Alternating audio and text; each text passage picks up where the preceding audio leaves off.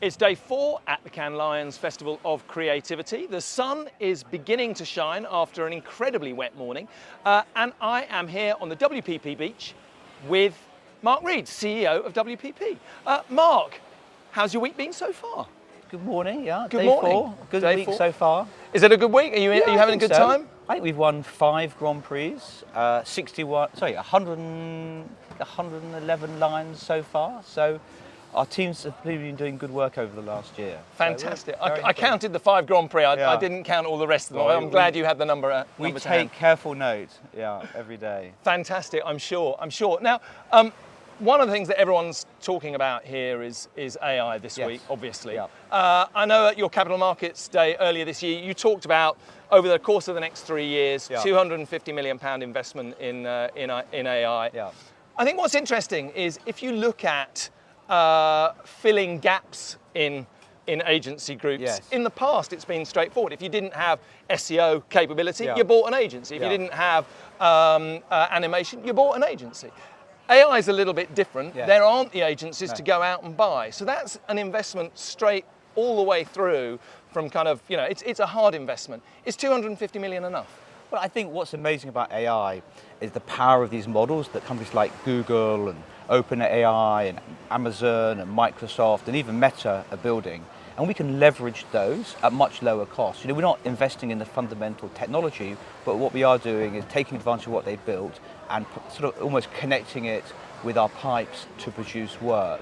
So I think that we're really redirecting investment into this area. I think, as you say, it's going to be fundamental. I think it's a little bit early to see the sort of the full effect. We used AI a lot in our media business and our production business for many years, but I think that really the application of AI to the creative process and the explosion in creative work is going to be very impressive. Okay. I mean, you talked earlier, I think a couple of days ago, you announced the launch of Production Studio. Yes. But you weren't the only one. Omnicom announced the launch of Omnicom Production. Havas announced the launch of Operating System.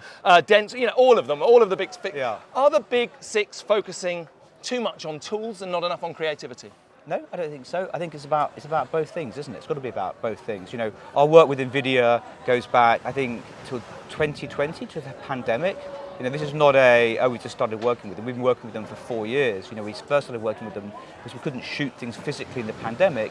We saw the opportunity to use technology to really create work in that way or produce work in that way, in a virtual way. So, and at the same time, as we talked about, we're really focused on winning awards. The work that Ogilvy Influence, their PR and Influence division did for L'Oreal, for CeraVe. I think it's the first time I can remember a piece of work from the Super Bowl winning a Grand Prix at Cannes. So, it's great to do important work for big clients in big moments. And I think that's what actually does matter. Okay.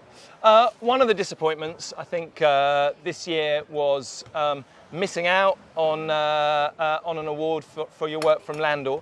I thought a great piece of work. And I know that in your first annual report post-COVID, you cited the brand agencies as really helping WPP through the hard times of COVID, as did some of the other big six agency groups. I think fast forward 3 years, and we've got pundits like Professor Scott Galloway saying that the era of brand is dead, and so on. And I'm just wondering what your thoughts are from that perspective. Well, there's a lot in that. I think the first thing to say is, Cannes has always been a challenging award festival for the design companies or the branding identity companies. It's an ideas festival. I think they have ideas, but often the awards in those categories get won by advertising agencies. And so I think it's always been challenging, and I know we talk to the organisers, we work with them on the categories and the definitions, because I do think that those companies should get more recognition for the quality of their work and the craft they put into work. As for brands being dead, I don't think so. I think in an era of sort of sameness where you can imitate and copy, I think brands are even more important. You can't go through the last year of, Taylor Swift, Beyonce, Barbie, without thinking like brands are what help ideas cut through. So, Tesla is a brand. I don't think Elon invests in advertising per se, but you wouldn't say it was a brand, and maybe one day he will invest in advertising. Okay. The area he doesn't particularly invest in is PR and comms and corporate communications. And I think let's talk about Yes. Elon here. Yeah. Obviously, you have been the most talked about. You and Elon, between you, have been the most talked about thing at Cannes this week. I think you've had more social media references than any other single topic at Cannes Lions. It was an hour and a half queue to get into the and they opened up the next theatre as well. I think it was a really interesting and bold move. How did it come about? I sent him a text, to be honest. It came from you? It came from you? No, I sent him a text saying, look, I think you should come and make your case. I mean, this is a platform with 500 million monthly users. It's something that many people here are on. And, you know, a lot of as he made the point, a lot of the world's most influential people are on. Now, he said some things I don't agree with, quite a few things I don't agree with.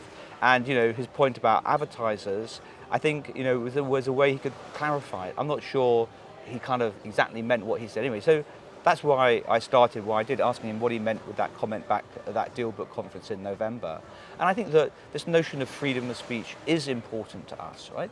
I mean, it's a sort of fundamental bedrock of our society. And I think the point he made is that advertisers can decide whether they advertise or not and what content they advertise around. But actually, for X, just as it would be for the Times of London or the New York Times, you know, they don't succumb to advertising pressure about what they put in the paper. I mean, I know I've seen clients call up the editors of these papers complaining about their coverage. All it does, it gets it moved further forward in the paper, so more people read it. It's totally counterproductive. I thought it was good. I thought you challenged the area that people wanted talking about right from the start, and I thought that was the right way to do it. And I thought he responded relatively well, you know, following his comments about advertisers. I think the area that perhaps was a little bit more challenging, and something that Paul Holmes covered, I think, quite well in Provoke Media. He wrote quite an eviscerating opinion piece, really with one area being the effect on WPP's employer brand. And I think that, you know, you have invested, I think according to your sustainability report, £30 million in diversity and inclusion initiatives over the past 3 years. Do you think inviting Musk, who has said some really negative things about DEI, do you think that's the right kind of statement from WPP? I think that we tend to be judged by our actions, not our words. And I think, you know, we're remain committed to diversity and diversifying the company and making a place where everyone feels welcome. Why would we not? So I don't think that interviewing him on stage contradicts that. You know, Paul's entitled, you know, in an age of free speech, Paul's entitled to his opinion. So, you know, I think that we are absolutely committed. And, you know, I would talk to anyone in a company that wanted to talk to me about it, so. Okay, I think, you know, it's a wider issue, really, isn't it? I think there's such a big problem for all agency groups on the talent attraction side. The world's getting smaller. Talent is moving around so much more.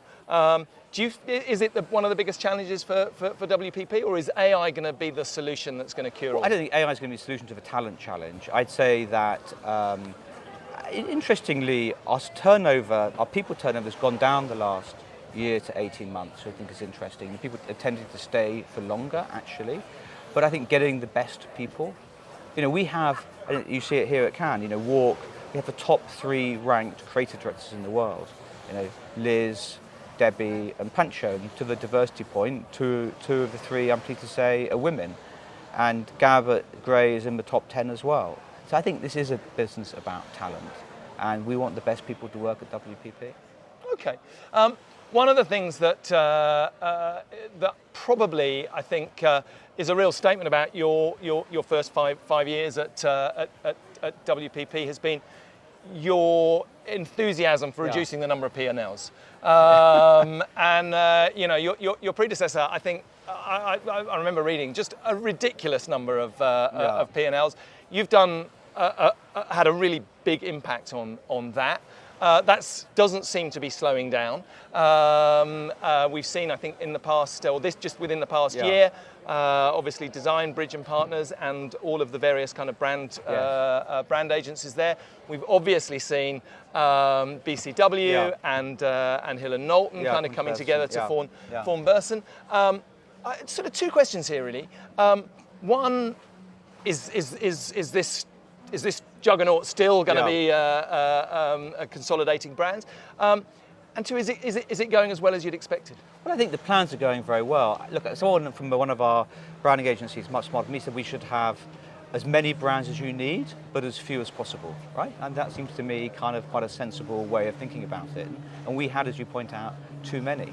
When two people work for companies called different things, they tend to have, let's say, different objectives. Now, I believe in brands. I think Ogilvy is an amazing brand.